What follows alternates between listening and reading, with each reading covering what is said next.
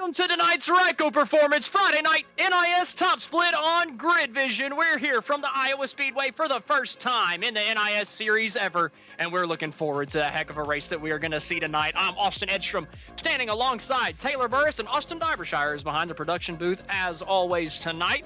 And well, Taylor, what do you think about the Iowa Speedway? What kind of racing are we going to get here tonight with the A car? We're deep here in the cornfields of Iowa as we utilize, thanks to Google Earth, the chance to view this beautiful 1 mile oval, or just under a mile oval, built by, of course, with Rusty Wallace's help. They were able to provide some great racing action. Of course, then utilized mostly for the NASCAR trucks, Xfinity, and the ARCA Menard Series, but this weekend will be the debut for the NASCAR Cup Series to come out here and have some fun at Iowa. And I gotta say, it's gonna be a little interesting to see how this all plays out. We got a little bit of a preview on Monday with our Monday night top split coverage before. Well, a little bit. I didn't say we got a full race, but we got a little bit. Yeah, Monday night was a little tough, so we are coming in here relatively blind. Unfortunately, the iRacing servers would not cooperate with us Monday night. Hopefully tonight for the NiS race, we have a little bit better luck. And, well, the 30 or so laps that we did get in on Monday night felt really good, looked really good. It was an entertaining race to watch, and I felt like we were hard done to not get it all in. Can't wait to see the full thing on display here tonight. Taylor, what are your keys to the race tonight? Well, first and foremost, it's respect the bumps. Turn 1 and turn 2, especially on the bottom of the racetrack, they're going to be bumpy. You got to be careful of how that car is going to bounce their way through in the middle of the corner, because one bad bounce and you're around in the middle of the corner and causing a big pile up. Secondly, don't be afraid to use that outside line, especially over in turn 3 and 4. Turn 3 and 4, we'll see a lot of drivers try to work their way up towards the top side of the racetrack, right up against that wall to get some momentum going and get a good run down the front straightaway. But be careful coming out of turn number 4, because turn 4 is a treacherous corner. You could either go up a little bit and start getting a little loose, especially after a run, or another thing is the fact you get up too close to that wall and you end up scraping against it, bumping against it, and issues could arise. Or if you got a car on your outside, the car gets a little too tight coming out of 4 and you make contact with your competitor. Don't want to have that either. Yeah, the car is at such a light point of, it feels so light, coming out of turn number 4 there. If you're side by side, make a little bit of contact, you're coming around almost 100% of the time. Unless it's perfect door-to-door contact, you might get away with that.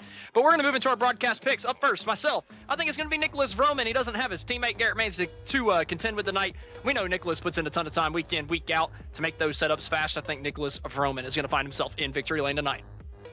For me, it's going to be a driver who's been on a bit of an upswing here recently. It's Joseph Squared in the number 20 machine. He's been a couple of good runs this season so far, and I think he might be able to squeeze away, maybe with the win, if he plays his cards right. And look at this. It looks like it's going to be Daniel Smallwood for Austin Derbyshire. Smallwood is the pick that Darby's going with, so no Darby double up this evening, thank goodness. So luckily, well, I don't think he'll be right. No disrespect to Smallwood, but I just can't stand seeing my producer be right about the picks. Just rubs me the wrong way. We'll see what happens here. Hey, at least he didn't pick Broman or Schneider again. Exactly. We didn't have the Darby double up, so we're A-okay tonight. Nothing too crazy with the pre-race picks. Looking in, I believe, at our schedules, what we're going to take a quick little look at for this upcoming week. Monday night, obviously, back for more Ryco Performance. Monday night top split action. That's going to be the A Open and B Open races from the New Hampshire Motor Speedway. I didn't realize we were racing at New Hampshire this early in the season. That's interesting.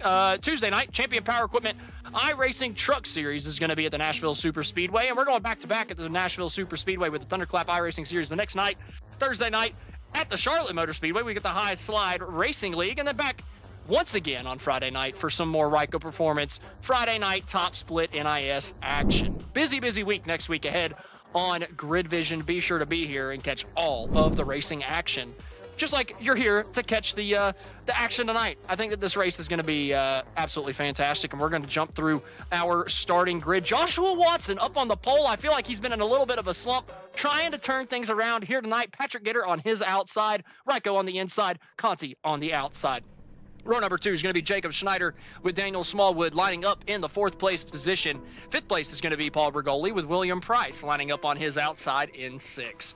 7th place is going to be Daniel Nanny with Nicholas Vroman, my race pick, on his outside in 8th. 9th place is going to be Devin Allen with Jose Acosta in 10th.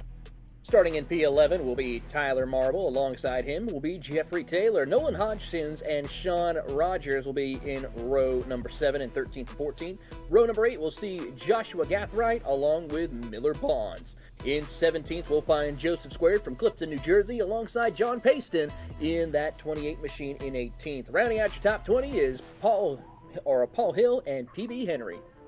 Starting in the 21st place spot, that's going to be Togo Hisada with Thomas O'Hara in his outside. Jason Wallet in 23rd. Matt Cox is going to start in the 24th place spot. Last car to put down a qualifying time. Maggie McGuire starting in the 25th place spot with Russ Boisvert on her outside. Nicholas Patovich lines up in the 27th place position with Lucas Abreu on his outside in 28th. Alan Pajari lines up in the 29th place spot with Lucas Becerra rounding out the top 30. Ronnie Kuritz and Wesley Phillips are going to be starting on row number 16. And then rounding out our 33 car field here tonight is the number 33, Brandon Hastings. Going to be an interesting night here. Joshua Watson in that 01 Ryco Performance Sim Seed Ford Mustang looking to put a good show on here tonight. Alongside him, the Team Conti machine. And then you got Daniel Smallwood with the Reaper Speed Lab group. And then another Ryco machine right there in the mix as well on the first two rows. Very assorted front of our field here tonight. We've been kind of accustomed to the last couple of weeks, we've been seeing some pretty dominating performances from different teams. Ryco, obviously, at North Wilkesboro a couple weeks ago. That was absolutely ridiculous. Coming home like 1 through 13 on the Monday night A Open top split. And then, let's see, the one race we could run this week, Conti had an absolutely amazing job, or did an amazing job, I should say, for the B Open race.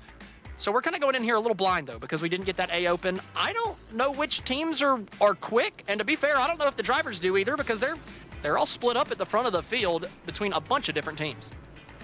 Of course, you can't forget about the big race that happened on Tuesday night with the NASCAR Coca-Cola iRacing Series, of how competitive, how close of racing it was. And who knows, we might see that same thing happen here tonight if we get a late race caution. Unfortunately, I did not get to catch that. I had some Champion Power Equipment iRacing Truck Series action I had to call on that night. So typically I don't get to watch the Coke races. So I truly am coming in blind this week. I've got absolutely no idea with us not being able to run that A Open race. So I'm looking forward to seeing who's the quickest. I think it's going to be very, very dependent on the time of the run. I really do think that a couple of these guys are going to be hot lap warriors, be really, really quick at the start of these runs, and then we're going to really start seeing those tire savings coming in at the end or tire savers coming up to the front of the field towards the end of the run, and I do think we're going to get some green flag running here tonight. Absolutely, 175 laps. You can kind of break this down into about 3 to 4 runs for sure, as far as when it comes to tires along with your fuel runs, so keep an eye on that here. So it's going to be critical to see how your pit stop strategy will come into play during tonight's race. And we are getting ready to kick off tonight's race from the Iowa Speedway for the first time. The NiS Series takes on the high banks of Iowa Speedway. We're getting ready to kick this one off as the iRacing pace car peels off of turn number 4. And we're getting ready to go green from the Iowa Speedway. Green, green, green. Joshua Watson back to the gas and back to the green flag in the Ryco Performance Friday night NiS top split. Already everyone minding their P's and Q's here, coming out of turn number 2. They're side by side, everyone 2 by 2 as they come out of turn number 2. Couple of drivers thinking about going 3 wide, but it's going to be Patrick Gitter who will lead the charge into turn 3. Yeah, that inside line, the only time that you're at a disadvantage on one of the starts is on the initial start. Joshua Watson getting penalized for getting the pole, having to wait on that green flag, and then getting pinched down to the bottom side of the racetrack. Patrick Gitter took it, and now Joshua Watson's bleeding positions back to 4th, still on the inside, maybe all the way back to 5th. Jacob Snyder, contact a little bit further up, just about wrecks that thing, hangs on to it, and he's still holding on to the 3rd place spot. He's got some pressure now from William Price in the number 10 machine right there behind as they come out of turn number 4, side by side, battle for position as they come across the line. Patrick Gitter starting to separate himself from the competition as Smallwood tries to keep pace with him as they work through the middle of the corner here. But so far, as we see a little bit of a battle, trouble further back.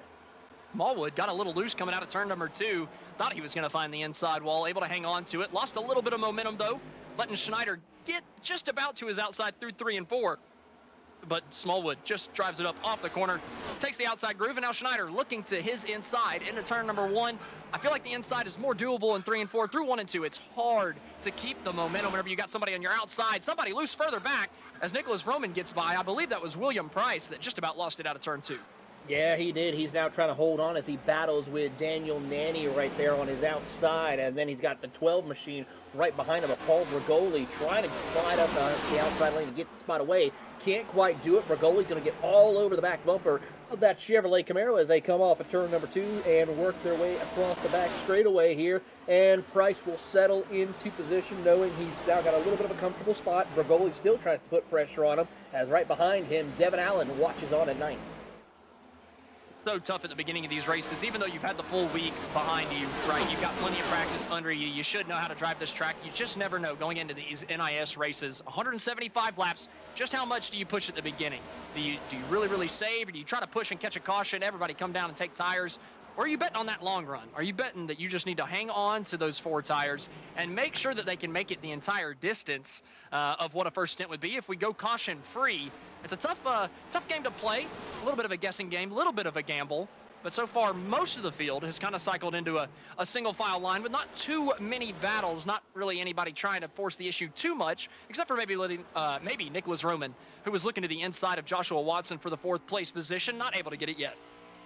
Yeah, Broman is trying to find his opening here. He's currently sitting inside the top 5, and he's thinking, you know what, I got to get by my teammate Joshua Watson. I'm losing time on the top 3 right now, so he has got to try to find it before those tires start to fade just a little bit. We normally start seeing the tires fade if you take care of your equipment anywhere between lap 20 to about lap 30. They'll go through a certain phase of the race where there's a little bit of struggle, but if you take care of them, let them go through that bit of a hump, towards the end of that run when you start getting into pit stops, if you take care of your equipment, you'll be able to work your way up, passing people, no problem, because some people will start burning up their equipment right now, and they'll be struggling when we hit lap 20 or 30. And I believe Joshua Watson knows that Vroman's just a little bit quicker. I think that he really left that outside line open down the front straightaway the last time by, kind of minimizing time loss between the two as they switched positions back and forth. Good teamwork there from Watson, knowing this is still early in the race. Vroman just looks a little bit quicker. Go ahead and let him by. Maybe he's burning up those tires a little bit too much, and you can run him back down at the end of the run. Yeah, he's doing a smart move right now as he lets him by and realizes, you know what, if we keep battling, we're going to lose more time on the race leaders up ahead of us as we have a little bit of battling further back. There you see PB Henry, Nolan Hodgson's, and many more jockeying around for position. There you see the Legacy Academy driver up on the outside. He will try and clear, moving him up inside the top 10 a little further, actually in 13th, my bad, as he tries to hunt down a top 10 run. He's got Jose Acosta and Miller Bonds up ahead of him. Good side-by-side battle for the 13th place position. PB Henry on the outside, just trying to hang on right now. Nolan Hodgson looking a little bit quicker on the bottom side of the racetrack, but you're stuck on the bottom side of the racetrack. You cannot unwind the wheel, cannot get to the throttle as quick as the guy on your outside, and PB Henry is going to hang on to the spot for now. A little bit further up the racetrack, Miller Bonds. Sorry, not Miller Bonds. I believe that's Joseph Squared, I should say. A little bit further back on the racetrack. Now, I always get these two confused, man. I can't. Is Miller Bonds even in this race? We're watching Miller Bonds right now. Okay, see, I get him and Joseph Square's paint scheme confused, man. They're the exact same scheme. They just have a different number on the side. I need them to throw pink on one of those or something to help me out. But Miller Bonds, doing pretty good so far. Running the 11th place spot, able to take over that position away from Jose Acosta not too long ago. Apologies for the mumble jumble there. It's just I need Mr. Ken to get one of them to change their paint schemes. Well, to help you out a little bit there, Miller Bonds drives to 12, while we see Joseph Square drive to 20.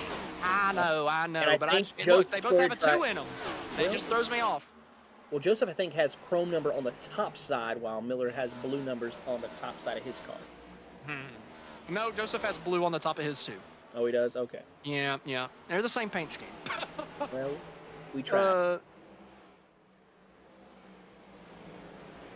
Keeping an eye a little further back in the field as we pick up our race leader, Patrick Gitter, in that number 21 machine. Daniel Smallwood trying to keep pace here a little bit, and they've already fallen off quite a bit from their fastest lap of the race here, but they're starting to settle in. They're halfway through this first run where the tires are still somewhat okay.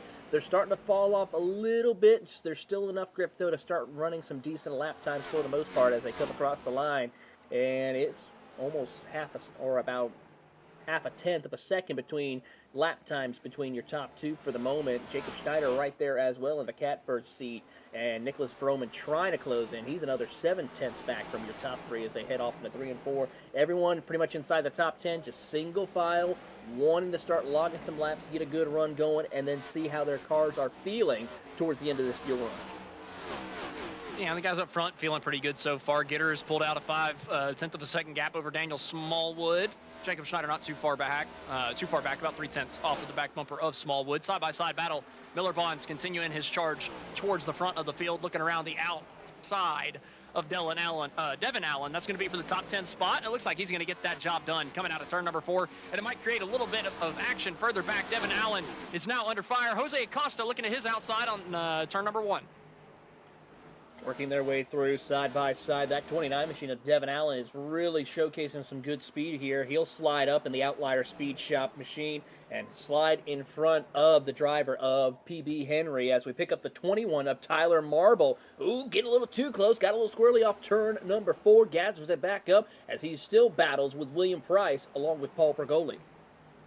Yeah, Marble using that outside groove, the 10 on the inside, just going over all of those bumps, taking it all to the suspension, just waiting on the car to rotate. Can't quite get the throttle down, not able to complete the pass, and Tyler Marble is looking to hang on. Bergoli maybe looking to make it 3 wide through the middle. Marble cuts him off, and Marble's going to hang on to that spot as Bergoli now looks to the outside of William Price. Bergoli going for the 8th place spot. 8th position is a good opportunity to see these drivers work their way through. You ride on board with the driver of Tyler Marble as Bergoli gets the spot away, and now he'll set his sights on Tyler Marble. Looks around to see if he can find the opening. He thinks about going to the outside lane. Can't quite find the opening he needs, but he'll stay tucked up behind that 21 Napa Chevrolet and get right on the back bumper. That Ford Mustang trying to find the power. Can't quite do it as they come over the bumps through the middle of turn 1. You saw that bump right there as they came off of turn 2. Marble hanging on. Bergoli is looking really quick at this point, diving down to the inside of turn number 3. Marble's absolutely going to have the run off on Bergoli. You got to think with how deep Bergoli drove into the corner, he almost finds the left rear quarter panel to side suck him back. Not able to do it. Bergoli just settling for the 8th place spot for now, but man, he's looking really quick back here, looking to mount a charge. He is really mounting that charge indeed as they come through. These 4 drivers all side by side, and then you got the battle between Devin Allen and PB Henry for the 12th position. Henry on the bottom, Allen on the top side as they'll work their way through, and then you see the 12, of course, right there in the mix of Nolan Hodgson. PB Henry got just a little too tight coming out of turn number 4. That's going to allow Devin Allen to hang on to the spot. Good save there from PB to not wreck that thing down into the inside grass, but it looks like he's going to lose another spot to Nolan Hodgson here because of that contact. So Hodgson moving on up, now looking to the inside of Devin Allen. Devin is just kind of bleeding at this point.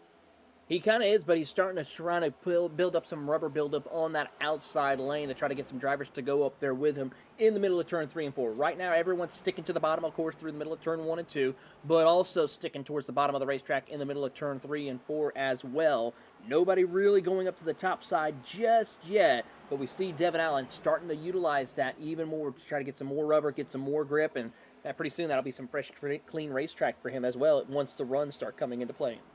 Yeah, and I got to think as soon as the tires really start going, we're going to be seeing a lot of guys migrate into the second lane in 1 and 2 and all the way up to the top in 3 and 4 on that little sliver of asphalt that is paved on the very outside. Not all the way by the wall, but about a lane off. You can see it's just a skinny little groove up there. You're going to see a lot of guys putting all 4 tires in between those lines and riding around as the tires start wearing. Not quite to that point yet, but we are 25 laps in. This thing's moving along quite quickly.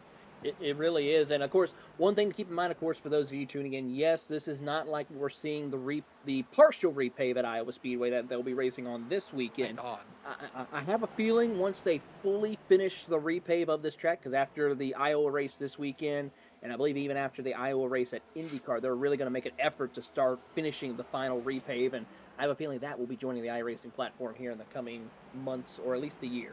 I hope not. Well, I'm a little depressed about the repave. I don't know what the hell they were thinking. I mean, we'll see how it is. The problem, I think, the biggest issue that everyone has with it is the fact that they partially repaved it, not fully repaved it. Well, I mean, it's literally taking the racetrack and cutting it in half. And we're in a car with the worst dirty air of any car that we've ever had before. And you're taking away our options? Why? Why are we taking away options? Yeah, that's the scenario that we're dealing with here, and unfortunately, that's what it's going to look like. So hopefully, they can get that fixed, and we'll see some decent racing action for the Cup cars when they return here in 2025, possibly. And wow, Daniel Smallwood is starting to fall off. I don't know if it's been a lap after lap thing for Smallwood or if he's just recently had a big mistake to lose those positions. But Smallwood has dropped off the face of the earth the last couple of laps. Kind of going back to just kind of see what's happened to him, but it doesn't look like there's been anything massive out of the driver of the three. It's just he doesn't really have the long run pace in that thing. He's gotten passed by Schneider, gotten passed by Vroman, and now he's under fire from the 5th place runner of Joshua Watson. He has been struggling quite a bit with his pace right now, so we'll see if he's able to negotiate and rework it to get a run going. But yeah, Daniel Smallwood in that 32 Road Rangers Chevrolet, trying to see what he can do to make some adjustments to his car as far as getting back up towards the front of the field. But he's still keeping pace for the most part. He's running somewhat in around the same lap times as your leader by about half a tenth, so it could change in his way. But Vroman and Schneider, they are closing in on your race leader. Yeah, he's close to running the same times as the race leader, but his problem with that is Gitter and himself. They ran really hard at the beginning of this. Schneider and Vroman and Watson, the first 20 laps, they weren't pushing. And we're starting to see them absolutely claw into that lead. Look at Smallwood a little bit further back, getting passed by Watson. The Ryco cars have the long run speed here tonight. They certainly do, as we pick up Smallwood getting to the back bumper of Joshua Watson for position here. And Watson, though, will start to pull away just a little bit. But there you see Smallwood gets a great run off turn number 2, and he'll find the opening and cannot get to it as Schneider and Watson hold on to the position for the time being as we pick up the battle for second. As Vroman's getting a big run. He's going to try to get around the outside off 4. I'm telling you, this is a shark in the water moment. Nicholas Vroman is coming, and you just about can't see him come because he's in that black machine, just like a shark in the water. Not able to see him coming. And Nicholas Vroman, I mean, he's just absolutely rapid on the long run normally, but then you get to a racetrack like this, like Iowa, like Darlington, like Dover, the tracks that absolutely obliterate your tires, and Nicholas Vroman floats up to the top. He ends up being one of the quickest guys, and we're seeing it right here, passing his teammate for second, and he's looking to run down our race leader of Patrick Gitter. He is making a good run through the middle of the corner here, and he will make up that second spot away and now sets his sight on the race leader. Even with those two battling, they were still able to pick up a 10th and now 2/10 of a second on Patrick Gitter. Vroman kind of being the first of the front runners to actually commit to that middle groove through 3 and 4, really driving it in there, letting the car rotate through the center, not really dragging it all the way down to the bottom of the racetrack, opposite down into turn number 1 and 2, still using the bumps at the very bottom, hoping that they turn this car. Hopefully he can get a straight run off, and it seems to be working for him so far, ever so slightly reeling in that gap to Patrick Gitter this time again through 3 and 4, painting that first dashed line through the center of the corner, not coming off until you're about 2 dashes away from exit, and getting a straight run off, and once again, a good bit quicker than our race leader. The leader ran a 8.78. Nicholas Vroman, 7.96. Going to go a little further back to Nolan Hodgkins right now. He's fallen quite a ways back. He's outside the top 15 trying to get back. Oh, contact! He'll gather it back up. Oh, it's replay. Sorry about that.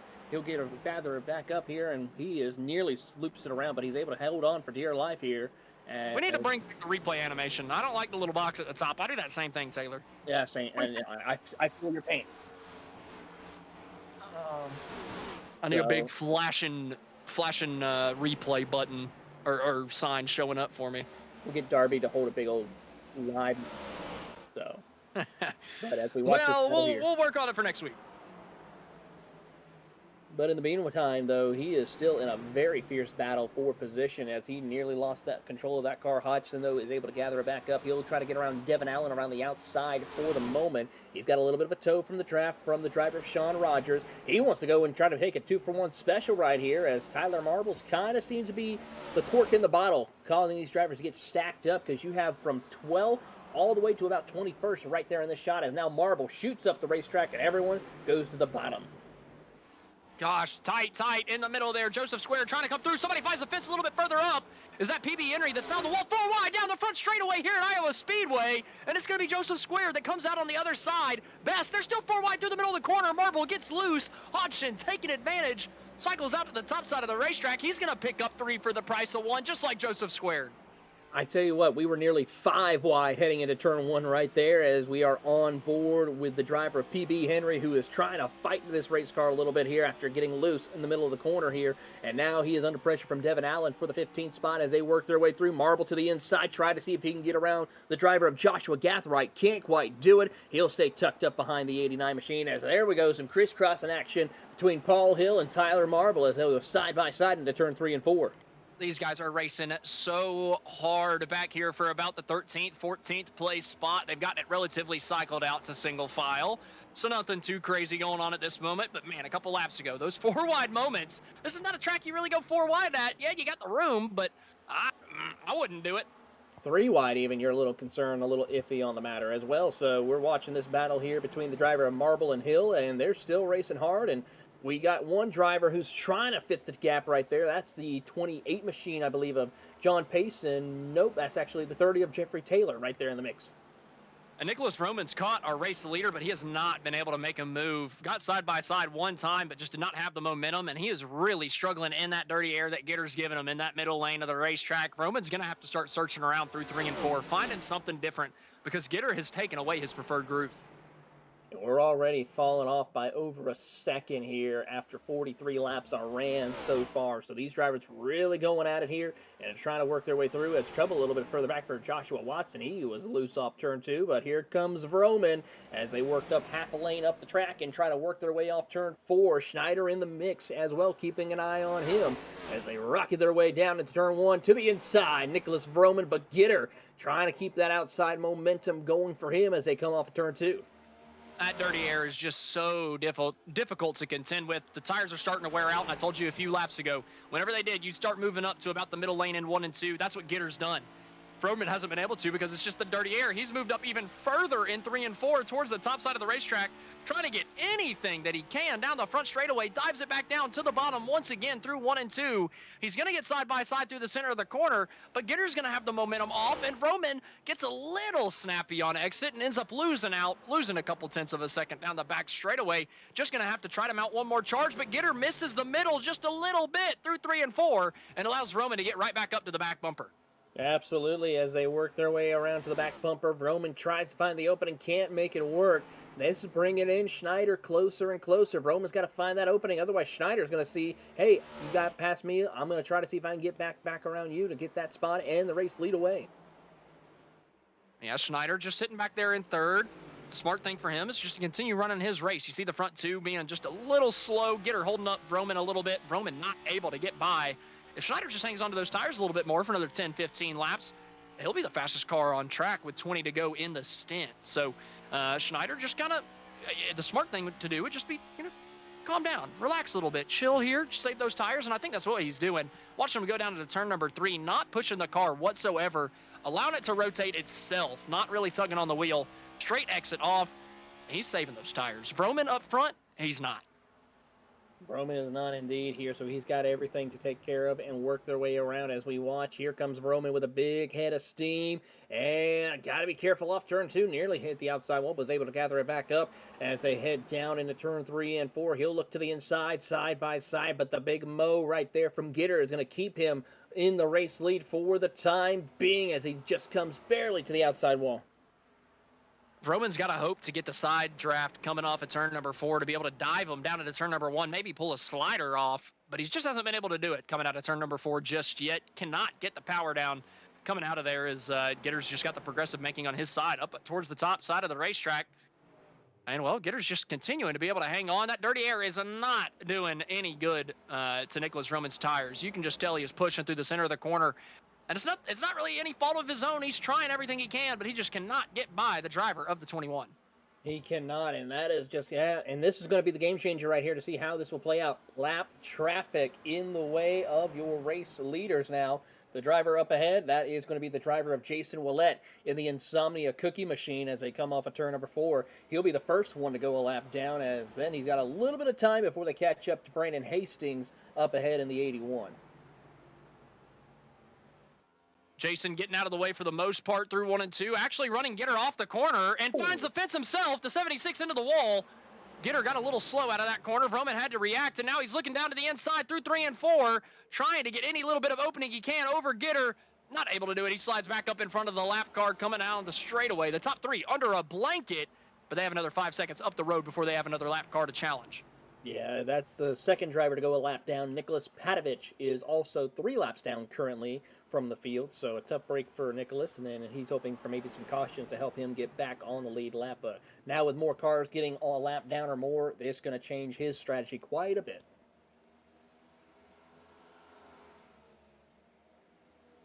Gitter still running up in the race lead. The top couple guys not really able to do anything. A little bit further back, though, people are still making moves. Joseph Squared working his way up towards the front of the field. We got a driver stopped on the infield, on the back straightaway. That's going to be the 23 of Jeffrey Taylor, backing it up close to the racetrack, not all the way on it, so the yellow flag is not going to fly. We're going to stay under green. Good job there from Jeffrey to keep that thing under wraps. Hopefully we can get a replay to look and see exactly what happened to Jeff coming out of turn number 2. Yeah, tough break for Jeffrey Taylor in that number 23. He'll rejoin the racetrack here as we take a look at the replay off turn number 2. Oh, right there. There's a contact with Maggie McGuire. Well, to be fair, Jeffrey honestly came up like he was 2 wide instead of 3 wide, and kind of did it to himself. So he did. Good job keeping it off the wall, though. Yeah, very good job keeping it off the wall, as well as also not bringing out the caution, because we are having ourselves a really good fight for the race lead here. 55 laps are up on the board here, as you see on screen, and Vroman and Schneider are just trying to find their way around the Team Conti driver of Patrick Gitter. Do you know what the fuel window is looking like at this racetrack? I can find out for you here in a few moments. I feel like I didn't think we were going to need it, to be honest. I thought we were going to get green flag running. I didn't think we were going to get this kind of green flag running. I'm very interested about the strategy decisions coming forward. Whether you have to 2-stop this thing or whether you can make it on 1. I think we're relatively close on the fuel number to making it on 1, but we might be just a couple laps short. I think so too, and honestly, it's under a mile track. Normally we see tracks that are about a mile or around that mark, anywhere between 60 to 70, maybe 80 laps. Halfway distance is around lap 87 to 88. So Tyler Marble right in front of the leaders coming out of turn number 2, had a moment, almost stopped in the middle of the back straightaway. Able to keep it going, but that was not what you want to see for the race leader, Patrick Gitter. Nope, you certainly do not, but he's able to gather it back up and continue on his way. But 87 is the halfway distance here, and normally we see drivers can go anywhere between 60 to 80 laps on a fuel tank on a short track, sometimes 100, given the fact of situation. So we'll see how this plays out, but they could stretch it out. But the thing is also tires is going to be the big issue as well. How well can you take care of your tires? Well, as the racing action is kind of cooled off, as Vroman might be wearing out those tires a little bit, we're going to take our first commercial break of the action to make sure we get it out of the way before the green flag pit stops start. Be sure to stay with us. We've got more green flag racing action and some pit stops coming at you whenever we come back.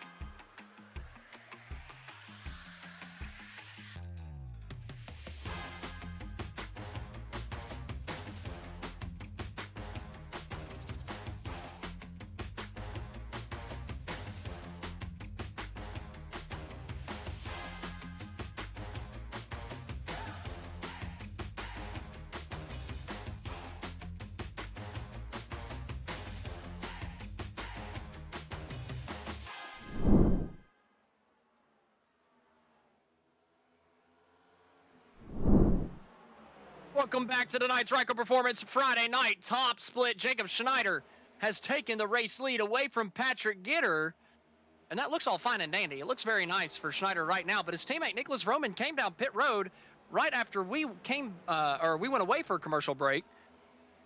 So we really got to pay attention to that 95. He's looking to be putting on a two-stop strategy here.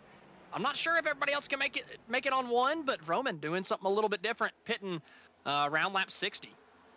As they watch this battle here, and Schneider now is starting to break away here from your second place driver, Patrick Gitter. So this is going to be interesting to see how this plays out, as well as they work their way across through to the inside of the lap car of the 81 machine of Brandon Hastings as they come out of turn number 2. But yeah, Schneider now starting to make some big headway as Watson is 4.8 seconds back from your top 2. This is a risky strategy call from Nicholas Vroman. I'm very worried for him. He's sitting a lap down right now, so if the yellow flag does fly, he'd have to take the wave around, not even the first car a lap down. So Vroman is hoping and praying this thing actually does run green all the way. I don't know if Iowa's the place that you expect to run 175 laps green. Yeah, that's the case here as we watch on this battle for position, as we ride on board with Vroman as he tries to slice and dice his way through the slower traffic of those who have yet to pit, as Joseph Squared and Joshua Watson are battling for that third spot. I mean, just look at the difference on the tires. Vroman absolutely flies by those guys with absolute ease. That 95 car is flying on the new tires. Joshua Watson still doing a good job hanging on to the top 3. But I got to say, Joseph Squared, what an effort from Joseph. Starting in the 17th place position, he's driven all the way up to the 4th place spot, side by side, almost there with Watson for 3rd. And a little bit further back, Miller Bond started in 16th. He's running 6th. He certainly is. As they work their way through the middle of the corner here, we're picking up that Joseph machine. And, a little bit of contact right there between Joseph and Joshua. Paul Bergoli right there in the mix as well, ready to close in. That would have been a very tough moment between teammates, trying to keep it out of each other. Just a little bit of contact. Joseph getting a little squirrely, but nothing to write home about. Just loses a little bit of time to Watson. Gonna have to mount one more charge. And if these guys are trying the one stop, they're gonna be coming down pit road in about 15, 20 laps. At the very least, yeah. So we'll be seeing drivers making their way through, and here they come through the middle of turn 3 and 4, and as William Phillips says, in Vroman we trust. As we'll see what Vroman can overcome and work his way through by the time this first round of pit cycles happens. I just feel like this is such a scary racetrack to try to go alternate strategy, trying the 2-stop whenever everybody else is clearly going for the 1. He's about to unlap himself, so at least get himself back on the lead lap. But even so, if that caution flag comes out before these guys pit, which like I said is going to be another 15 or 20 laps, he is going to be dead in the water. He'll have to come down pit road, take tires once again, and still will be at the back of the pack as he's running in the 26th place position. Keeping an eye here as a little squirrely right there for Vroman. Gathers it back up and will continue on his way. A couple of other drivers now as we pick up Jacob Schneider, who leads the charge. As one car comes down pit road right in front of him. That was a close call.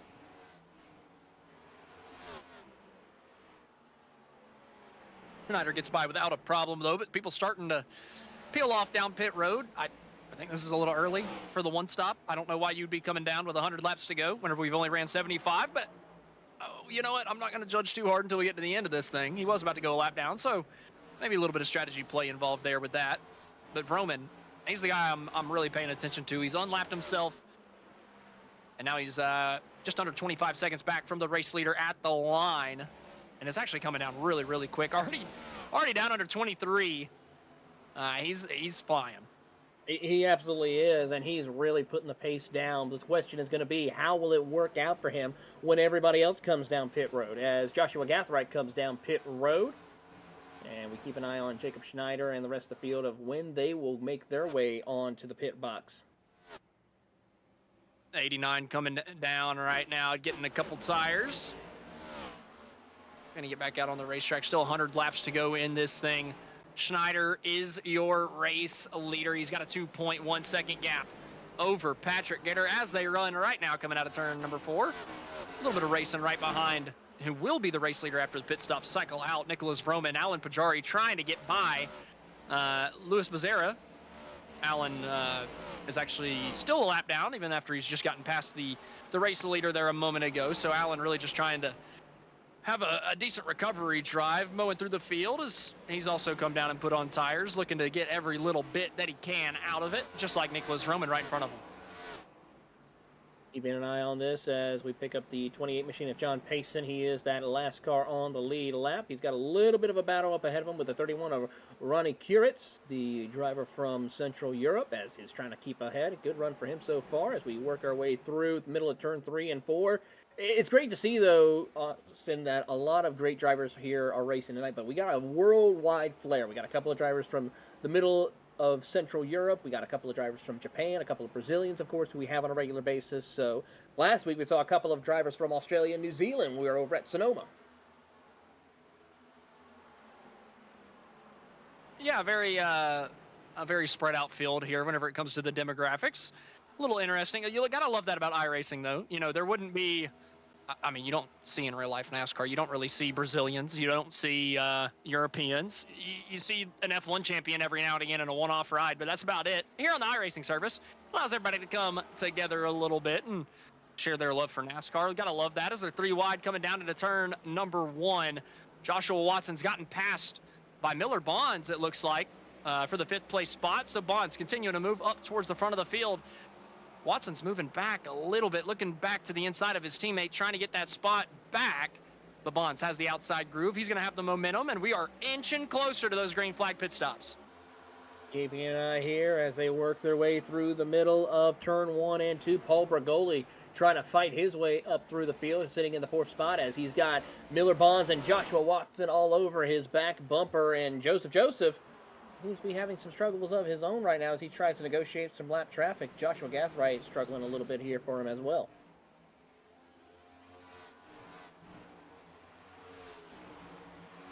Someone who's not struggling, at least so far, Joseph Square, like we mentioned, came from 17th, running in the 3rd place spot. Miller Bonds, 16th, running in 5th. Both those guys are going to drop a spot whenever you factor in the Vroman effect. But we still don't know how good that strategy is going to play out for the 95. Joseph Squared, though, has ran a, I'd dare to say, perfect start of this race. Less than 8 seconds back from the race lead, gaining on him over the course of the last couple laps. So I think Joseph's right where he needs to be. He just needs that yellow flag to come out at some point, maybe even trap his teammate Roman at the back of the pack. And I think Joseph would have a pretty dang good shot to win this one. He's certainly going to try his best to, but he's got a lot of things happening as we do got a couple of drivers coming down pit road. John Payson, Alan Pajara as well coming down pit road. So starting the drivers from the back half of the field are coming their way down pit road. When it's now a matter of time of when our front runners will do. We are approaching that halfway point, though, of the race to where these drivers will be considering coming down pit road here in a few laps. Yep, 87.5. That's going to be your halfway point. So you got to think if you get right around there, you're going to make it on one stop, and that's what these guys are doing. It's just do you short pit? Do you stay out a couple laps so you have fresher tires for the last 85, 90 laps? You know what strategy would you be employing, Taylor, if you were out on the racetrack right now, running in the top 10, 5th to 6th? Would you rather short pit and try to pick up a couple positions and just hang on to the track position, or would you like to come down a couple laps later and have the newer tires for the last 85 or so laps? I would like to try to stretch it as far as I can in order to have the freshest tires by the end of the run. I think that's a safe bet, especially if you're the race leader, right? You really want to wait until those guys behind you come down pit road so that you don't give them the tire advantage. You've already got the time advantage. The one thing you don't want to give them is the tire advantage in that scenario. Basically the only way they could run you down. So Schneider up front, really just running his lap times, probably waiting until Gitter or Joseph Squared come in. But his problem with that right now, as I see somebody spinning coming down into pit number, it's Patrick Gitter. Patrick Gitter spun out coming to pit road. No, sorry, excuse me, it's not Patrick Gitter. It's a little bit further back. My apologies. A little bit of a scare there. Paul Bergoli was the one that was sliding down the entry of pit road. Yeah, everybody's coming down pit road right now. PB Henry making his way down pit road. Sean Rogers, Lucas Abreu, as we'll get a look at the replay here. Paul Bergoli heading down pit road.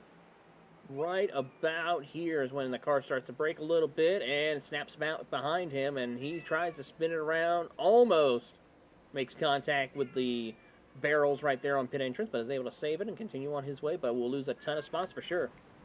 Yeah, just kind of got off the banking going a little bit too fast. And, well, I can tell you from experience, these next-gen cars don't like it whenever the diffuser gets disrupted, the air to it, or getting the diffuser up off the racetrack. If you got a Phoenix and cut the dog leg, you got a 10% chance to just wreck the thing through no fault of your own, or at least you used to. I don't know if they fixed it a little bit, but I know that these things don't like that diffuser coming off the racetrack. I think Bergoli just kind of put it in a bad spot, carrying a little bit too much speed and could not get that thing woed up. And, well, unfortunately for him, he lost a couple of seconds over that little issue. But now we're watching Schneider, or I'm watching Schneider take tires, come out of pit road, and Nicholas Roman is getting ready to blow his doors off. He is getting ready to make the run indeed as they work their way down through the middle of the corner, and Roman is trying to fight his way back up through the field here as he currently He's in the lead. He's a lap ahead of Schneider. That is crazy that he's able to work his way up, get the race lead, and now have a one-lap advantage over Patrick Gitter. And he's about 23 seconds about to put Jacob Schneider a lap down due to the fact of this strategy. He'll probably pit around lap 115, so we've really just got to pay attention to that gap between him and Schneider. If he can keep half the racetrack between them, if he just lets Schneider drive out to half of the racetrack, leading him by half of a racetrack, and then Roman comes down, I think the 95 is in a really good spot if this thing runs green after his second pit stop. But if Schneider can reel in that gap and get to within 5 seconds of Roman on the racetrack before Roman comes down, I think the 95 would be screwed, but he's only got to hang on for another 20 or 25 laps.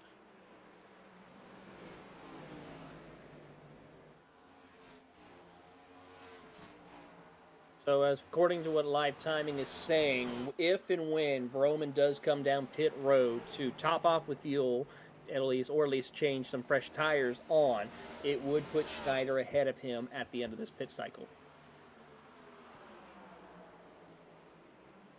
Oh, it's showing Roman is going to still be ahead of Jacob Schneider. Not after Roman pits again. You're sitting in the box still for 12 seconds. He's got a 22-second lead, and this is a slow pit road. I guarantee you, if he pit right now from where he's at right now, he would get past. Well, live timing is wrong. I can tell you that for a fact. Whatever overlay you're using for that one, they need to refresh that because that's wrong. Either way, we got the race going on still. We're not gonna go too hard on the overlays, but I can tell you for sure. If Roman pitted right now, he will be coming out behind Schneider. Okay. Either way, if you're a lap ahead and you pit, you're getting past. But regardless, Schneider's just trying to reel in that gap. Roman a little ways behind him, completely off of his relative at this point. So Schneider's definitely making inroads. It's just he's 20 seconds back. Is that going to be enough time for him to reel in enough of that gap before Roman comes down for his last pit stop? We're going to have to wait and see. We are going to have to wait and see indeed, but I've got to say it's going to be quite exciting when that end of the race comes around. I'm just waiting for that 95 pit stop. I mean, that's just the moment. When does he come down? When does he start using that advantage? And when does he stop the bleeding? Right? Like, obviously, he's just bleeding lap time compared to everybody else right now. So when does he finally come down and say, okay, enough is enough. I got to go at this point. But, well, I don't think we're too close to it yet. Still probably another 15 laps away. Give or take. So we'll see how it happens and work their way through. We'll keep an eye on the gap between everyone. It's now under 20 seconds between Roman and Jacob Schneider. And the biggest thing that will change everything is if a caution does come out between now and the next time Roman has to pit.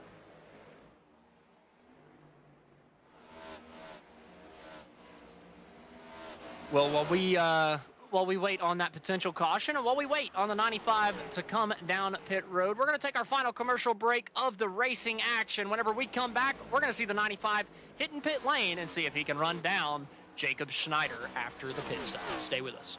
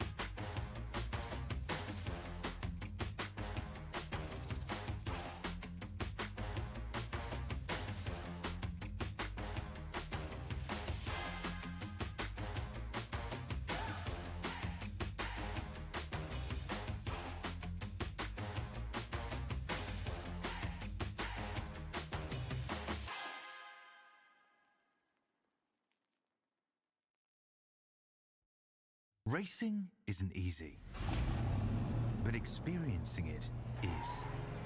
iRacing puts you in the driver's seat with the industry's leading sim racing game. Drive on laser scan replicas of the greatest racing circuits from around the world. Go head-to-head against other drivers chosen by skill-based matchmaking to ensure competitive racing at every level. Compete across all your favorite series. In officially licensed cars, engineered to deliver the most accurate driving experience possible.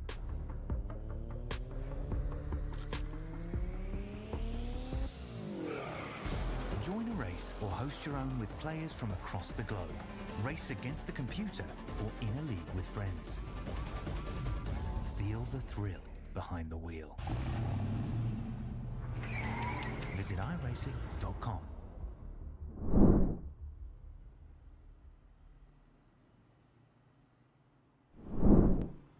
Welcome back to tonight's Ryco Performance Friday night NiS top split action from the Iowa Speedway.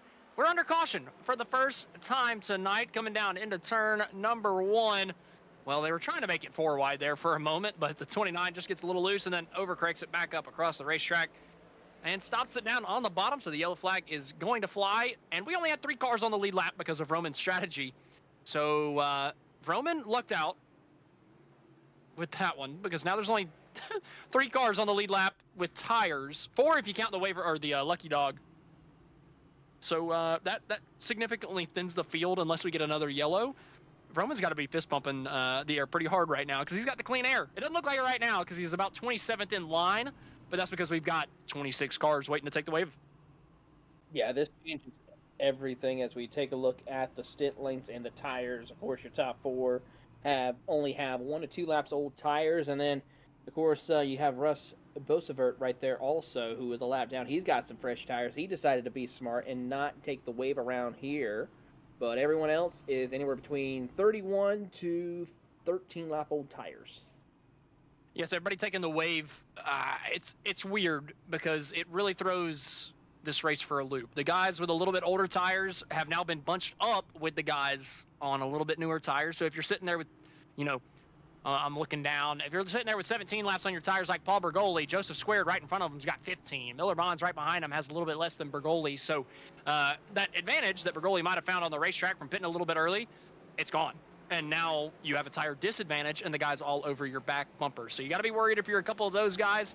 They're all getting ready to take the wave around. We're going to have a very old school NASCAR restart here. Only about 7 or so rows are going to be double file, and then we're going to have a long single file train all the way around this racetrack. We certainly are here, and we'll see how this all plays out as everyone gets back around, and we'll now have the full field. Now, and currently, it is 19 cars on the lead lap, and we have at least from 20th to 27th, 1 lap down. 28th on back is 2 or more laps down. We are getting ready to go green. Like I said, we've got 7 cars lined up in the pack that are natural. Everybody else behind them took the wave around. They're all single file, and they're just now entering turn 3 at the back as Nicholas Roman's hitting the gas, coming down the front straightaway. We're back under green in the Ryco Performance Friday night NiS top split. Already everyone now tries to work their way across the start-finish line with Barney the Flag Man having to finally go to work today as for the first time waving that green flag on a restart situation. But here comes Patrick Gitter with a big head of steam. He'll go side by side with Jacob Schneider for the second spot. Oh, Gitter really pushing it out of turn number 4, getting tight with Jacob Schneider coming out. Luckily, they kept it off of each other, side drafting all the way down the front straightaway. Gitter trying to make the inside line work. Schneider knows how hard it is to pass later in the run. He doesn't want to give this spot up, but he also doesn't want to abuse those tires.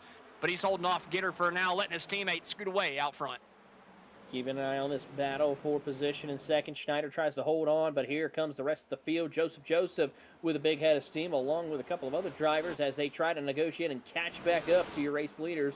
Try to be there in case another caution were to come out. Single file in the top 3. The side-by-side position battle right behind the leaders is actually a lap car fight.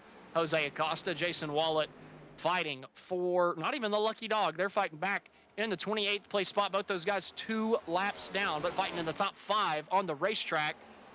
A couple guys just trying to drive themselves up to the back bumper of these two, put them under a little bit of pressure, and maybe cycle up towards the top three. But the problem with that is everybody behind the top three, like I mentioned, has the older tires. So they're not going to be able to do anything unless another yellow flag flies. Keeping an eye here on this as they work their way across the start-finish line here. 65 laps to go for your race leader as they try to work their way around, and watching to see some other battles around the track so far. No one, the top three is about 2.9 seconds ahead of the rest of the competition. Joseph trying to reel them back in. He's got a little bit of work to do, but with them having fresher tires, it's going to be a little bit detrimental unless the run keeps going green to the end. Nolan Hodgson looking to the inside here, not able to get the move done. A little bit of defensive driving there from Sean Rogers. Able to hang on to the spot coming down to the turn number one a little bit further up. Those are the two paint schemes that I hate to see. Miller Bonds in front, Joseph Squared in behind in that number 20, trying to get by him. Let's see.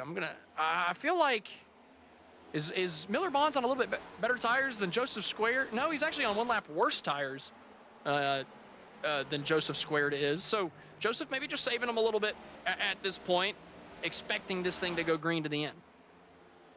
Keeping an eye on this here as they work their way down the back straightaway, but Joseph Squared is trying to work with him. You've got Miller Bonds up ahead of him, and then you got Joshua Watson right there in the mix. Daniel Smallwood also trying to chase them down, and they haven't gained any time. They've lost about half a second already due to the fact of their older tires, so pretty much a battle for fourth on back for the time being.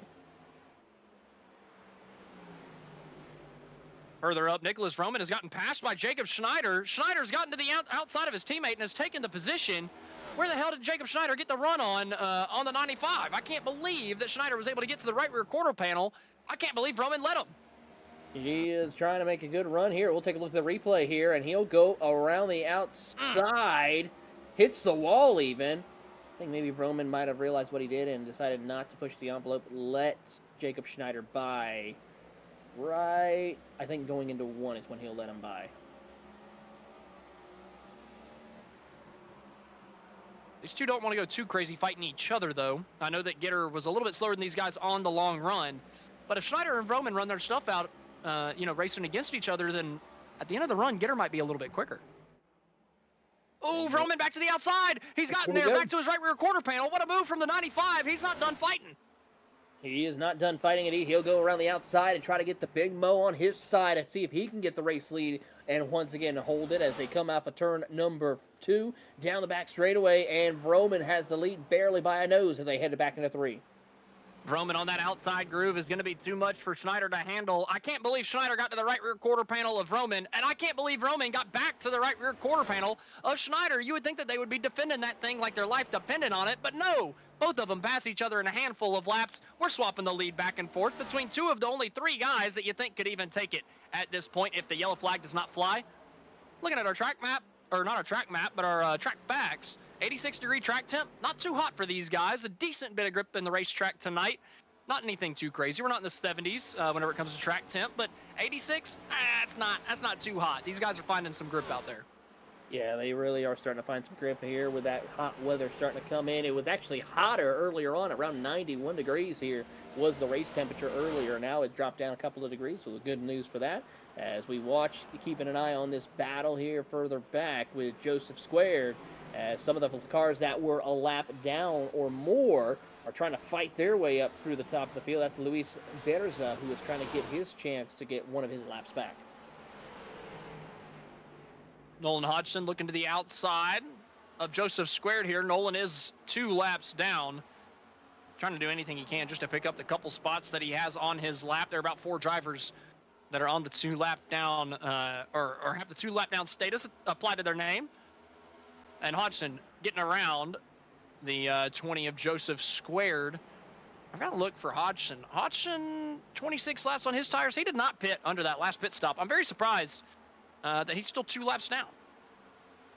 I'm very surprised indeed. We'll see how the strategy plays out for him later on in the race. But I think it has a lot to do with some different other strategies that Nolan tried to do. So a tough break for him. He's definitely going to need a couple more cautions. The leaders are side by side once again coming out of turn number 2. Schneider looking to the inside, not able to get there, not able to stay there. on the 95. Roman very content with just running a lane up off the bottom side of the racetrack. Maybe running his tires a little bit harder because he's pushing it around the corner on the outside, really getting to the gas a little bit earlier than Schneider. But he's got the clean air. He's got the track position. We saw just how hard it was for him to pass Gitter, even though he had ran him back from about a second and a half. That clean air just means absolutely everything once the tires wear. Yeah, tire wear has really been a big issue. It's trouble on the front straightaway. Caution is out. The 22 machine of Paul Hill. There's just one car back there that could have possibly brought the caution out for him going by, and it did end up happening. The 22 going around off of turn number 4, and that brings everybody else back into it, right? Everybody that's on the lead lap is now able to come in and take tires on the inside of Gathright. Just squeezes them up a little bit too high, maybe getting a little twitchy on exit, and the 22 goes around, pulls it back up across the racetrack, making sure we get a caution, and we do. Certainly do, and it's now going to be a 50-lap dash to the finish here. And everyone's going to come down with fresh tires. Your top 20, at least, is going to be back on the lead lap.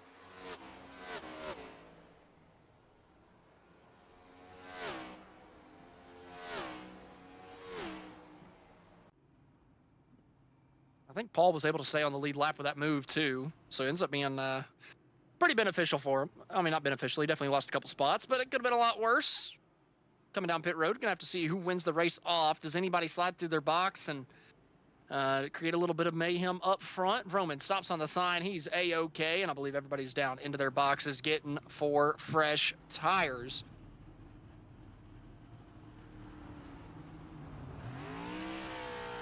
Roman getting 4, getting the revs up as he's getting ready to come out of his box.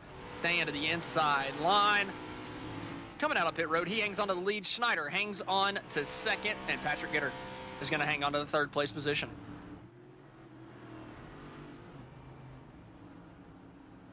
Well, we have a little bit of a break in the action with the caution flag coming out. We're going to give this, or use this time to talk about our presenting sponsor a little bit.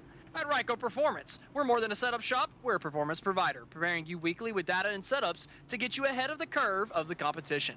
Whether you're a seasoned sim racer or a weekend warrior, our cutting-edge data packs and one-on-one coaching sessions are tailor-made to push the limits of yourself and your virtual race car, giving you the winning edge that you crave.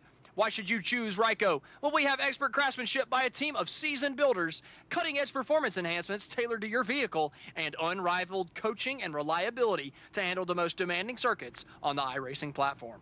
For more information, visit us at Ryco-motorsports.com, where we build champions and deliver results. Big thank you to Ryco Performance for sponsoring the Ryco Performance Friday night NiS Top Split week in and week out. And well, they got one of their own sitting up at the top step of the podium right now. They're running 1-2.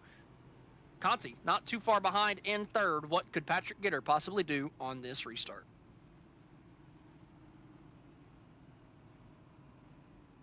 Nicholas Roman going to be interesting to see what he can accomplish. Gitter got a good run as well. He's got some good tires, I have to say, in the early stages. Now that it's evened out a little bit, this is going to be critical to see what Gitter can do.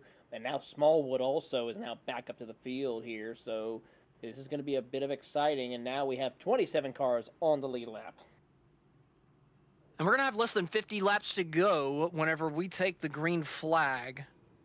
So this is going to be the shortest. I mean, I guess that last run was the shortest run we've had. But you enter that run thinking we're going to go the distance. I've got to save a little bit of tire. Here, you're thinking, if we go the distance, it's only going to be 45, 50 laps. How much tire do I really need to save? So we got to pay attention.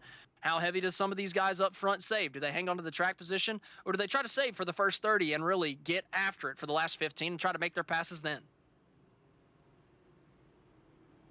I'm curious to see how this will work out with some of these drivers here with their short run pace, because we are technically about to go into a shorter run compared to what we had in the early stages. So drivers now got to be careful of how they take care of their tires in these opening laps, because granted, we could have another caution, because the old saying goes, cautions breed cautions.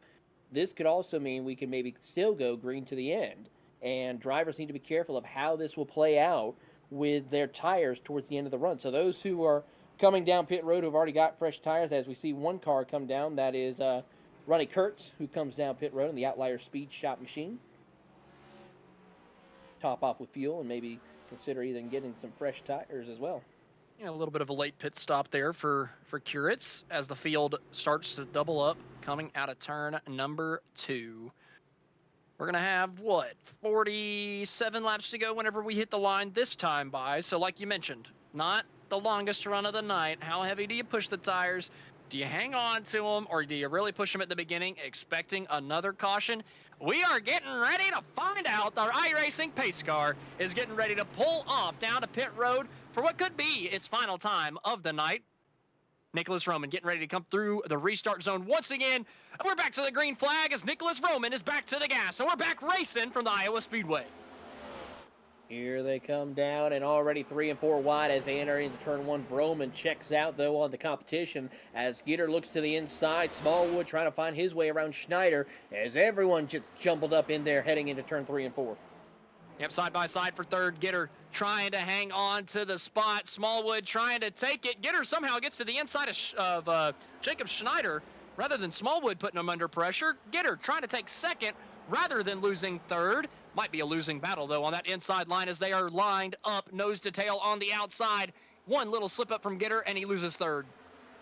Tough break right there for Gitter as he's going to lose another spot from Daniel Smallwood. He's going to fight as best that he can, but here comes the rest of the field right behind. You got Watson, Joseph, Bonds, and Bergoli trying to close in. Roman just content with letting these guys race it out behind them. They're side by side behind the back bumper of the 95, and that's what Nicholas Roman likes to see. Schneider not quite able to save, but he's putting on a good defense for his teammate out in the lead, hanging on to that second place spot, and Gitter is trying everything he can to get by, but instead it's going to be Smallwood looking to his outside. He's just going to have to find a hole behind Daniel Smallwood. He's trying to, but Watson drives it in deep on his outside into turn number 1, trying to put Gitter all the way back to fifth. Not able to do it. Gitter slides his nose off coming out of the corner, and Gitter's going to hang on to the 4th place spot. That's a little bit further back than he was hoping for. Yeah, definitely a tough break right there as we ride on board with Joshua Watson here as he tries to find his opening to get back around Patrick Gitter for the position of 4th spot as they head into turn 1 and 2. He'll stay to the bottom of the racetrack. Gitter and Schneider go into the middle lane of turn 1 and 2 and set themselves up for a run down the backstretch. Single file all throughout the top 10. We saw how good Daniel Smallwood was on the short run earlier in this race. He's found himself back up towards the front, and we've got a little bit shorter of a run this time. So what can the driver of the 3 do? Can Daniel Smallwood get by the 2 Ryco teammates as we're on this short run, and then maybe hopefully for himself get a caution to where everybody has to come down and take tires again? I feel like that's Daniel Smallwood's win condition. Yeah, this seems to be the case here for Daniel. He's got to get around these drivers as quickly as possible here because everyone else is starting to run their way up towards the field here. We're going to see drivers like Joseph and the rest of the field close in a bit way through as Smallwood.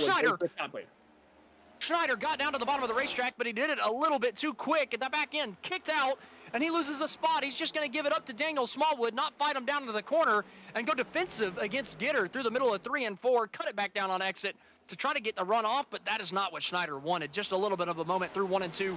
Loses out on second, and like I said, Daniel Smallwood was quick on the short run earlier. He's got a short run coming up right now, and he's running in the 2nd place position behind your race leader, Nicholas Roman. As they work their way through, Smallwood now sets his sights on Roman, and he is running some good lap times. They ran identical lap times last time by, just about. As they come across the line, we'll see what the times are. Still almost the same lap times, 23.9 for both of them, as Roman tries to see if he can pull away from the rest of the competition off of turn number 2. Schneider in the mix, but he's starting to fall off the pace just a little bit. Your top 5 separated by about 1 to 2 car lengths each.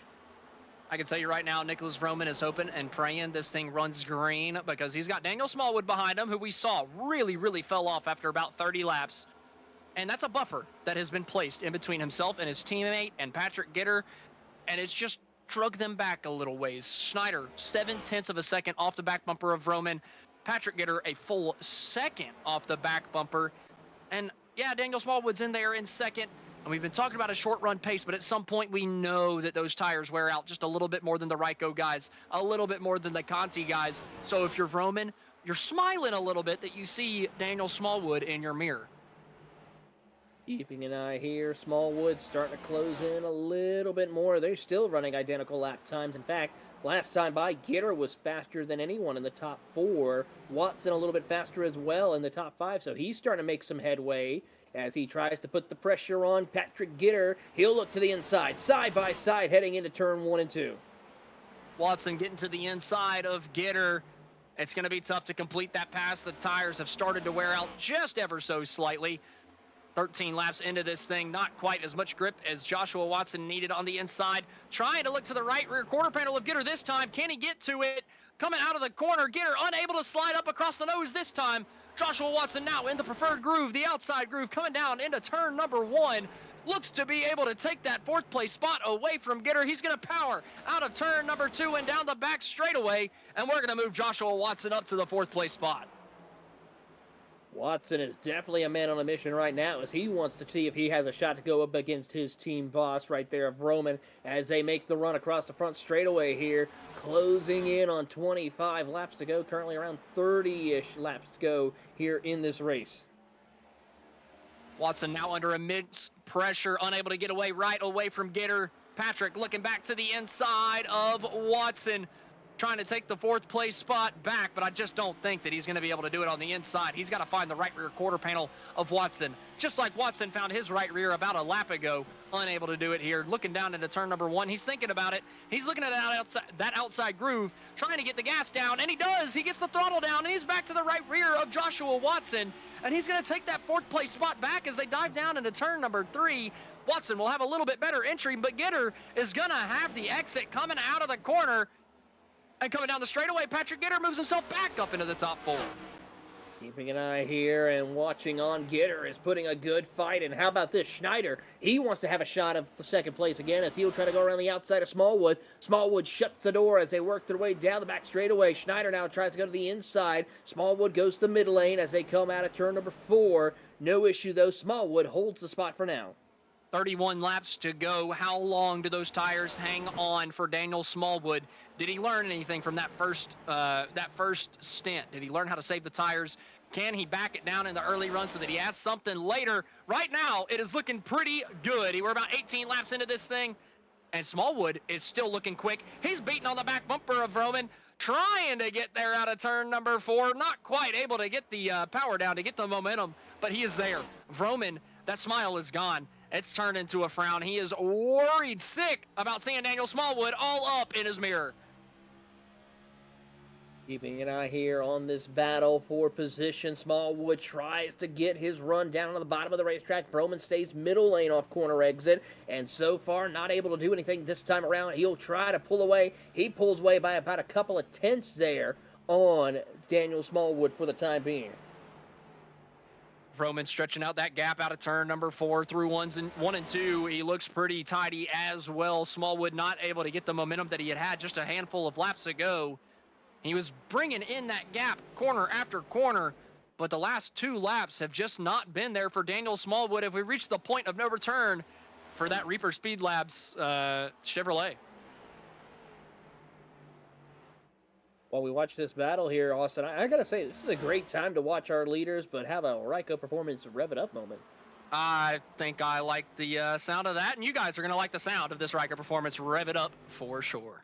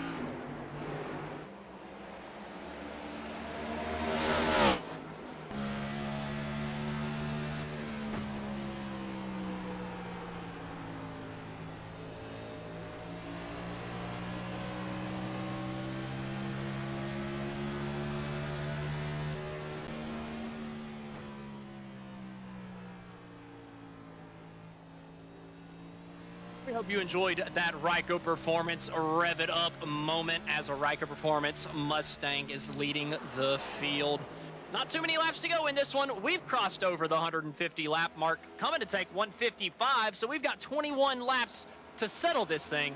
Smallwood has not fallen off the back bumper of Roman like we expected after watching that first run, but he doesn't seem to have the speed to pass him either. He's starting to lose just a little bit of time to the 95. Yeah, it really is the case here. I mean, Smallwood's kind of now stalled out for the moment. Roman still keeping a pace here, but unfortunately for everyone else, it's kind of a bit of a stall out for a moment. We'll see how it progresses as we get close to the end of this race, where the tires then go through another phase in this cycle of run. So this is going to be interesting. Can anyone have anything for Nicholas Roman? I don't think so. Like you said, he stalled out. That's Daniel Stallwood, not Daniel Smallwood. Unfortunately, I just don't think it's going to be enough for him. I mean, coming to 19 to go this time, and, well, the last 2 laps, he's lost 2/10. Roman is loving it. He's just hoping and praying that that yellow flag does not fly. He does have 2 lap cars that he's going to have to deal with in a couple of moments. About a second and a half up the road, we've got Jeffrey Taylor and Nicholas Padovich. He's actually just passed Taylor, coming down to 3 as Taylor peels off to the bottom side of the racetrack. Here they come through the middle of the corner through some lap traffic up ahead for your race later. This could be a little bit interesting to see how this plays out for them, as Schneider and Smallwood are trying to work their way up through the field. And Gitter right there, he's starting to lose a little pace, but as we watch their way through, keeping an eye on a couple of battles, Tyler Marble and Paul Hill, they're side by side for 14th position as they came off turn 2, nearly collected each other around, and they're still going to do that heading into 3. Yeah, Marble on the inside trying to hang on at this point over the 22. Paul Hill, though, on the outside, using the momentum, almost contact through the center of the corner. Not going to happen, though. Tyler Marble losing out on that spot. Now Togo Pisada is to his outside through 1 and 2. That 27 is wrapping the outside groove, trying to get into the top 15. Marble gets a little loose. Oh, he's trying to catch it. He does. The 25 of PB Henry now looking to his inside. Tyler Marble is struggling. Oh, he pitches him through turn 4. Tyler Marble all the way down to the door of PB Henry, not letting him get down to the throttle pedal. PB just trying to dive it down into turn number 1, take over the 16th place position, but Marble is still wrapping that outside groove, trying to hang on. A little bit cleaner this time out of 2 for Marble. Here they come, and they're still fighting side-by-side contact right there as they come to the middle of the corner, and John Payson is having a catbird seat right there watching all the action.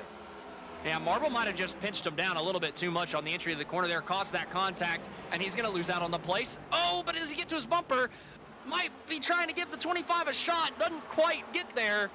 Had a decent run coming out of the corner, but not able to put the moves back on PB Henry. Now he's on the defensive over John Payson, just trying to stop the bleeding. He was able to stop the bleeding right there as we pick up Nicholas Roman now and then go back. Smallwood under pressure from Jacob Schneider for second spot.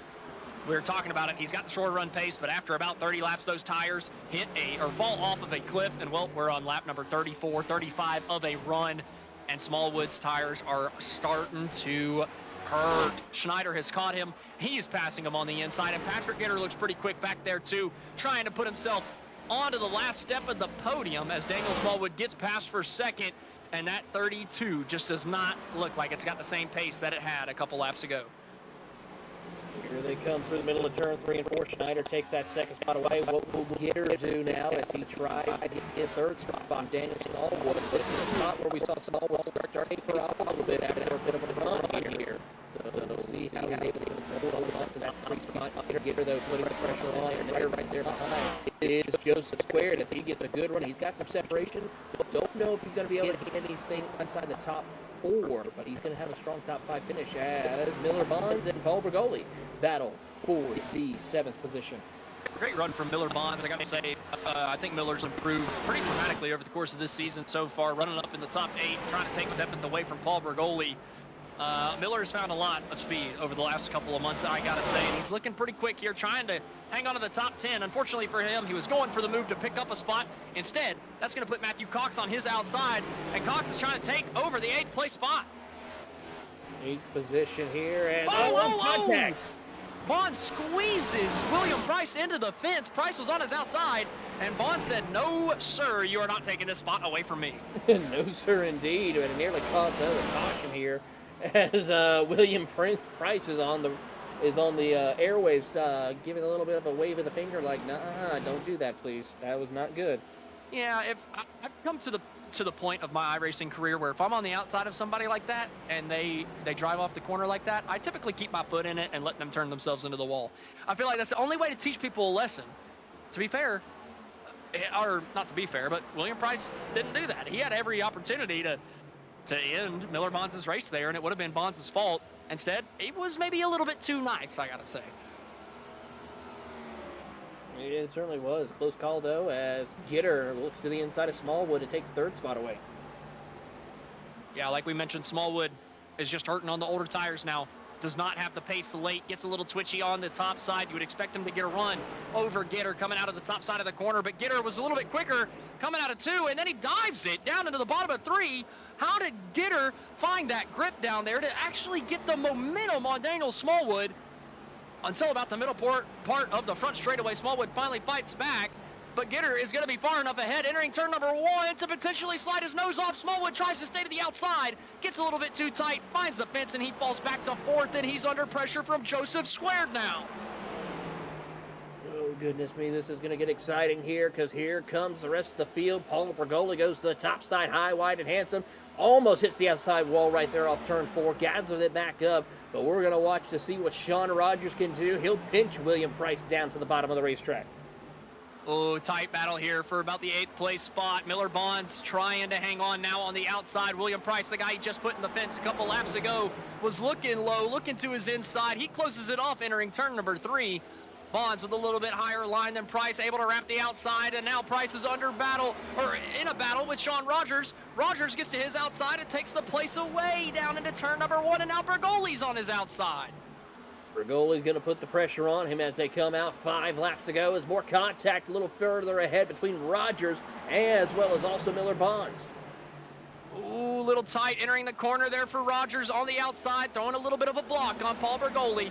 Coming out of turn number 4, coming to take 4 laps to go. Paul Bergoli trying to fight himself into the top 10. He's in 11th right now on the outside, trying to take 10th away from the number 10 as he's got 2 guys right in front of him, giving him a ton of dirty air through 1 and 2, not giving him much to work with. 3 wide through the middle of 3 and 4, though, a little bit further up. Daniel Smallwood is continuing to drop through this field. He's fallen outside of the top 5 as Matthew Cox is looking to his inside for 5th. Here they go side by side, and now that 32 machine of Daniel Smallwood, or 32 of Daniel Smallwood. We got 2 32 machines out there, right there in front of each other, but as they work their way through, Wesley Phillips trying to get his way through after going multiple laps down. We pick up Vroman as he comes to get the popsicle sticker in the air. 2 laps to go. 2 laps to go, 1 more time around, and Vroman will be happy to see everybody wreck. He's just hoping and praying that they do not wreck for that 8th place position over the course of the next 10 seconds. Vroman looked like he might have had a strategy to win this race anyway. Got a little lucky or unlucky with the yellow flag while he was in the lead. Ultimately, he's been able to hang on to it the entire time since then. And Nicholas Vroman has come to take the white flag in the Ryco Performance Friday Night NiS Top Split. I said it in the opening of the race. Vroman was going to be a threat to worry about for the rest of the field. And, well, he's got a 2-second gap on his teammate Jacob Schneider and another second back to Gitter in 3rd. Nicholas Vroman, with a picture-perfect night at the Iowa Speedway, is going to turn off at number 4 and win the Ryco Performance Friday Night NiS Top Split.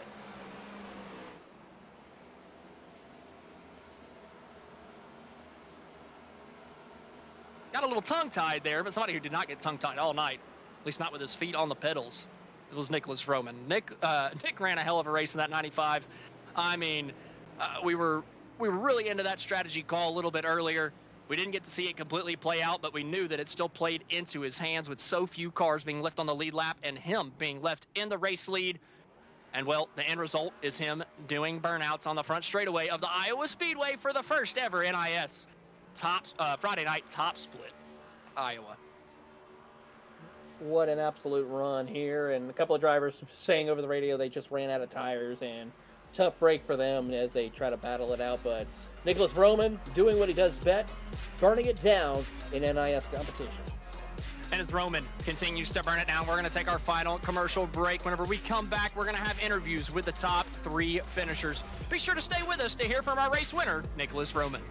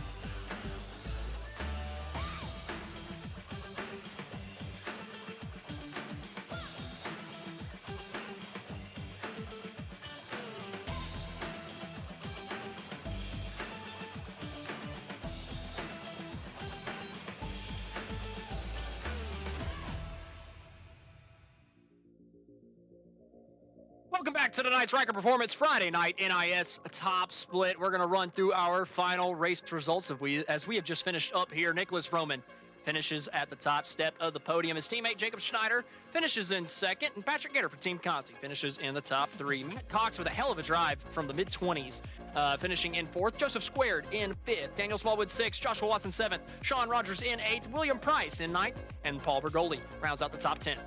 Luke Saberu comes home in 11th with Miller Bonds in 12th. Paul Hill in 13th with Maggie McGuire 14th.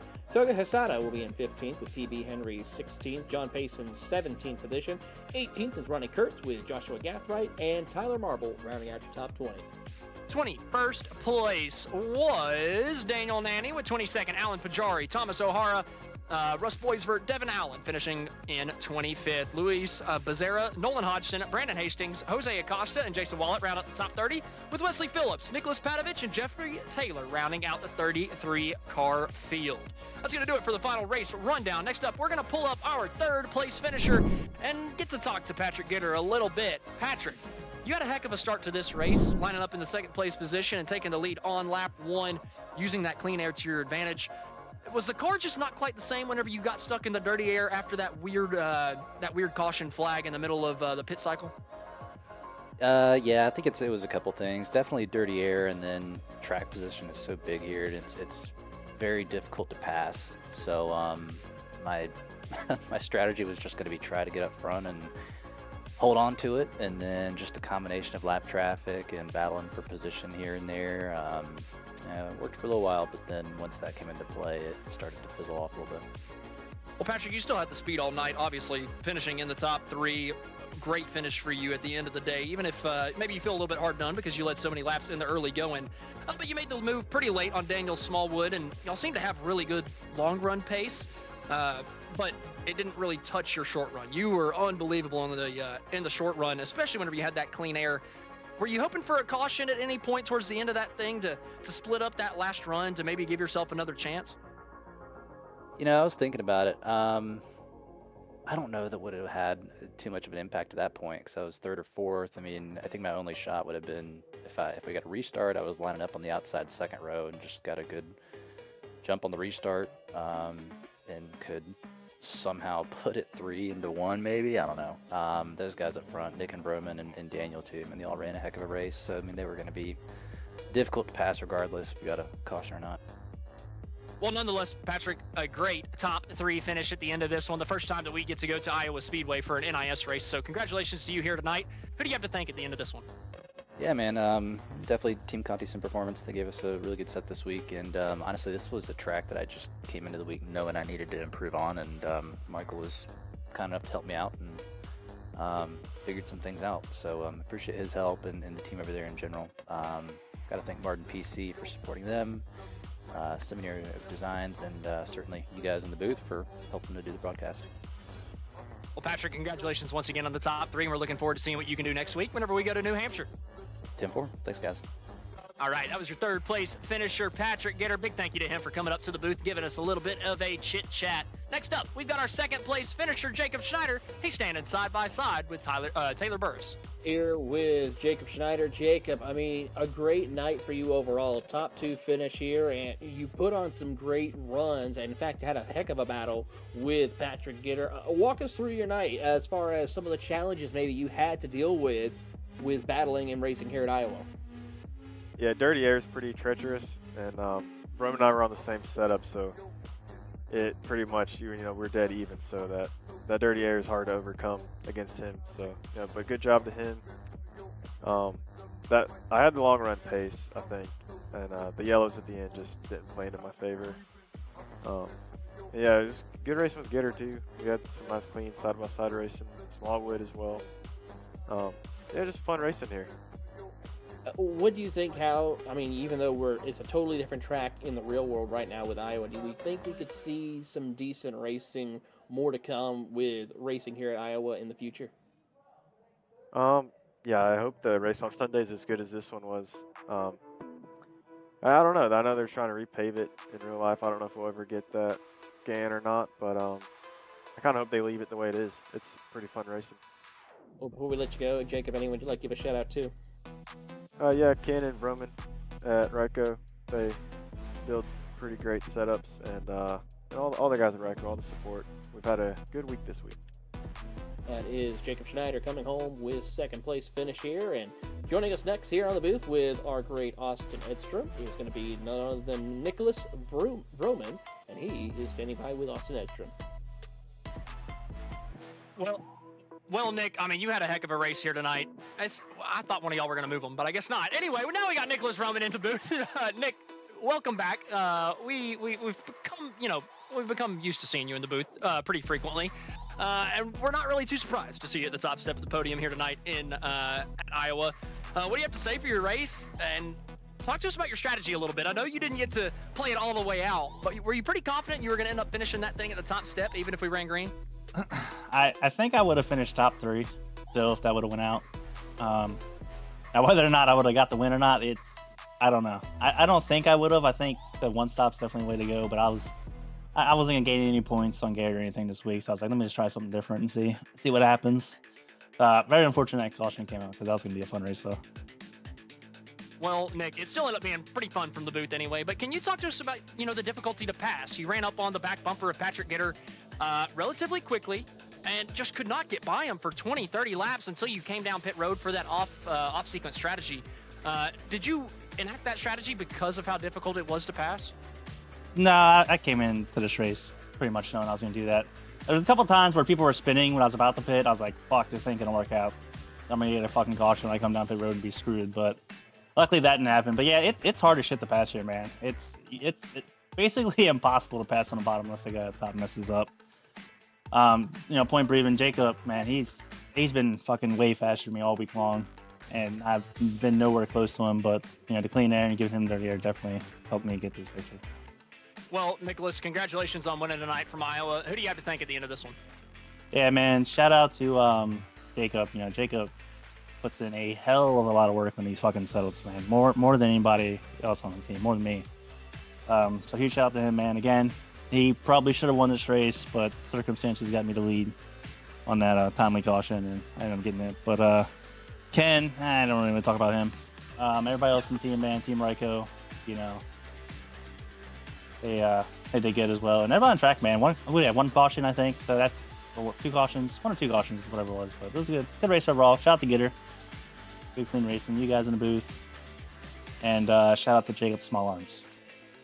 Well, Nick, congratulations once again tonight, and thank you for the colorful interview. That was pretty fun. So looking forward to seeing what you can do next week whenever we go racing again from New Hampshire. All right.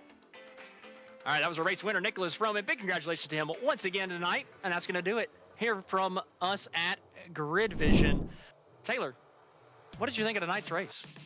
I thought it was really exciting racing. I have to say one of the cleanest races we've had in NIS competition in quite some time. And I got to say, we'll be seeing some more exciting short track action when we head to the Magic Mile next week.